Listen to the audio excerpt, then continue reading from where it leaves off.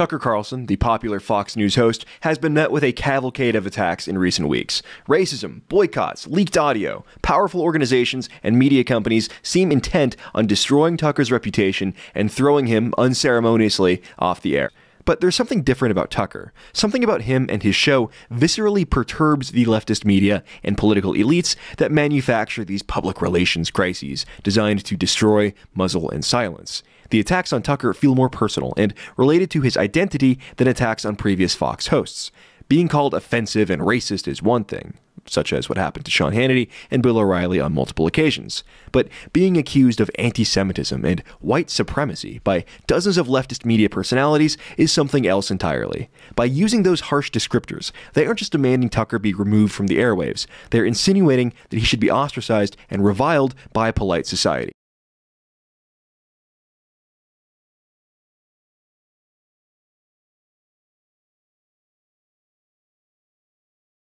What's different about Tucker Carlson? Why the unending, relentless campaign to destroy him, his reputation, and his show? Many will see what's going on and say, well, it's because he's a conservative Fox News host. And of course, these people hate conservatives and they hate Fox News, so no wonder they would try to take him out. That explanation would make sense if we were talking about any of the generic dime a dozen Fox News hosts that repeat Chamber of Commerce conservative talking points and display unquestioning deference to conservative shibboleths like free market capitalism. But that isn't who Tucker Carlson is. Tucker's message is atypical, and he's doing something with his show on Fox News that hasn't been done ever before on a mainstream cable TV news show. They hate Tucker Carlson because he is not a conservative. Tucker Carlson, I enjoy listening to him. I just wonder when he's going to realize one day that he is actually a natural socialist. And we'll talk about how Tucker is taking a confused and frankly dying movement, conservatism, and guiding it down a path of evolution into what I would refer to as an American third position. One that is still on the right, but questions conservative sacred cows like foreign intervention, being polite and civil and respectable, and even questions capitalism itself. What he's doing on Fox News is more important than most people realize. Conservatism is a much maligned and misunderstood term interpreted differently by every right-leaning faction. In an ideal world, conservatism would be the desire to defend the well-being of one's nation. But that's not how the establishment elites and conservative tastemakers of the time see it. They have a slightly different, in fact, fundamentally different understanding. The goal of the conservative movement, post-Buckley, has been to serve the interests of corporations, expand the U.S. labor pool, suppress American wage growth, wage war on every continent, and manage the social and demographic decline of the American people. Rock-ribbed Republican Ronald Reagan was the president responsible for the single largest amnesty in American history and the legalization of no-fault divorce. Our most recent Republican-controlled Congress and Senate refused to crack down on harmful forms of immigration or reform the healthcare system to help Americans.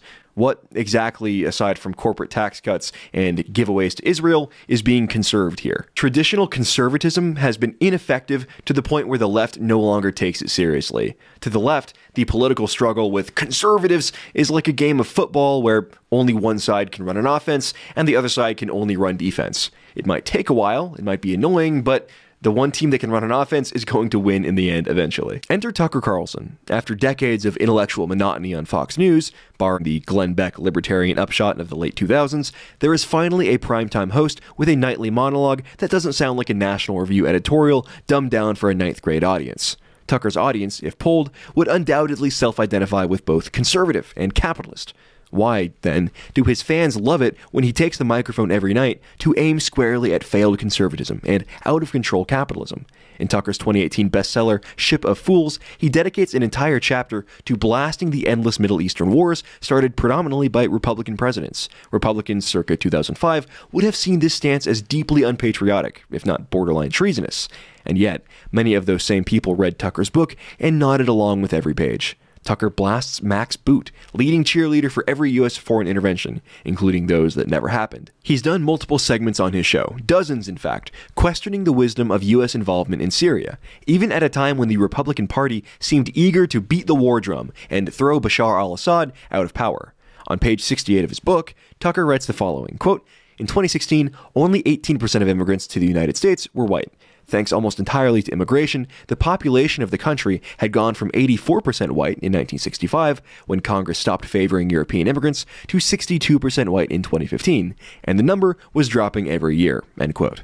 For a conservative to admit this is deeply uncouth. Conservatives are supposed to agree with the left that race isn't real. If they do slip up and acknowledge the existence of racial categories, they certainly aren't supposed to talk about them in the context of immigration. And boy, talking about America's demographic history and future trajectory is simply not a permissible topic. Completely lost in the story was the fact that a Fox News host on the conservative network was trying to use his platform to inform the American people that many of our country's hyper-wealthy, the richest people in the country, pay less as a percentage of their income than members of the working class.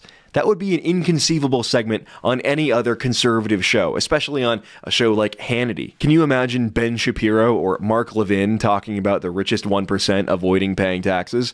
No, it wouldn't happen. But Tucker was going to do it. It wouldn't be accurate to describe Tucker as entirely anti-capitalist. However, he has used his show to criticize the excesses of capitalism run rampant on multiple occasions. For example, during his interview with Andrew Yang, he addressed the looming threat that automation poses to the American economy and labor market.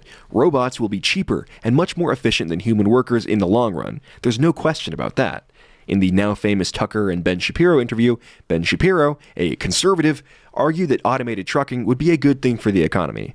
Tucker took the opposite position. Driving for a living is the single largest employment sector for young men without college degrees.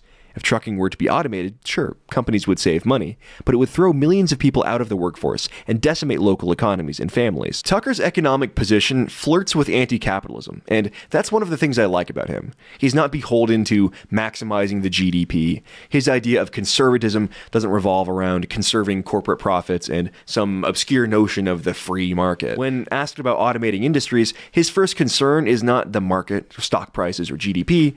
His first concern was the families that would be affected by such a transformative change to the economy. In this way, Tucker also flirts with a type of third position. He's not talking about nationalizing broad swaths of industry, like some socialists might, but he is exploring the idea of using state regulation to ensure that the economy works to the benefit of the American people. The people. To some free marketeer conservatives, this is an abhorrent idea. Government should just stay out of it. Well, okay, but what's the point of a state, a government, if not to benefit its patrons, the people, to protect an obscure ideological devotion to the free movement of capital and people? Working-class conservatives have been tricked for years into believing that unions are evil, for example, and giant corporations are your friends. They're looking out for you. They're looking for ways to give you a job and make you more wealthy and prosperous. In reality, the adversarial relationship between labor and capital remains. You, as a worker, are replaceable, and corporations have the incentive to pay you less, or replace you with a robot if possible. Free marketeers celebrate your replacement with a low-wage immigrant or a robot as another step towards peak market efficiency. That's how Tucker's economic third position is different. He's teaching the conservative working class that it's okay to stand up for themselves. It's okay to use the government to create policies that benefit you and your families. You don't have to suffer under some slavish adherence to free markets and a devotion to the right of big business to liquidate your position. You have a right to stand up for yourself and use the state for your benefit. Finally, Tucker is teaching the right how to fight back against the media and fight back against smear campaigns. Conservatism has long implied a conservatism of temperament, a deference to one's attackers, and a concession of moral high ground. I agree with you, sexism is horrible and we need to fight it, but I'm not a sexist, but I agree, we need to fight sexism. Yes, you're right, there is no room for hate, there's no room for racists, but here's how the left, here's how you're actually the real racist. See, I own you. I sure weaseled my way out of that one with facts and logic. Groveling responses like these have long been the norm for conservatives that find themselves on the receiving end of a leftist smear campaign. As a conservative, you are supposed to apologize and ask for forgiveness that will never be granted. If you give a sufficient apology, if you punch right far enough, the left will leave you alone and forgive you, right? No. Tucker's response to the recent attacks on him from Media Matters, which revolved around controversial calls he made to a shock jock radio program nearly a decade ago, has been fundamentally different. If he were playing by the conservative playbook, he would have responded with an apology. His advertisers would have pulled out of the show. His supporters would abandon him. Media outlets would cite each other, incestuously reporting on growing calls for Tucker to be fired, and after a few days, he would be off the air. Thankfully, Tucker's only copy of the conservative playbook is marred with earmarks and red ink. This is what not to do. Good for Tucker. Round of applause for Tucker. He headed them off at the pass. He doubled down, saying that he wasn't sorry for things he said in the past, and that he wouldn't apologize. He invited his critics to watch his show if they were curious about what he believed. This response was remarkably effective. The leaked audio story died after a few days. Tucker is still doing his show, and his supporters all stuck by him, all because he refused to apologize. This attitude, this fighting spirit, this lack of typically conservative restraint is precisely why the left is so insistent on destroying Fox's newest star. He's teaching his audience how to reject the trappings of conservatism, which the left knows they can manage and destroy every single time. He's leading his audience away from the dead, dying conservative movement and towards a type of third position that incorporates elements of both the socially conservative right and the fiscally liberal left. An ideology that puts the well-being of the American people ahead of corporate profits, rejects the siren song of foreign wars for economic stimulus, and prioritizes the American worker, not the GDP. This third position is where the American right must go if there is any hope for future success. Republicans today are basically the Democrats of 10 years ago, but supporting lower taxes and against things like a national healthcare program. There's not really that much difference, especially on social issues. You get Republican conservatives today arguing that the GOP is the real pro-LGBT party because Muslim immigration or something. It isn't an ideologically cogent position, and there simply isn't a voter base to support that anymore. People are hungry for something new. They're tired of seeing their jobs outsourced or replaced, tired of seeing their wages undercut by foreign labor, tired of seeing massive corporations get huge tax incentives to pay them to stay in the US, and then turn around and leave the US anyways, taking the massive corporate incentives with them. People are tired of feeling like they have to live in constant fear of the left, and that their lives may be destroyed, careers lost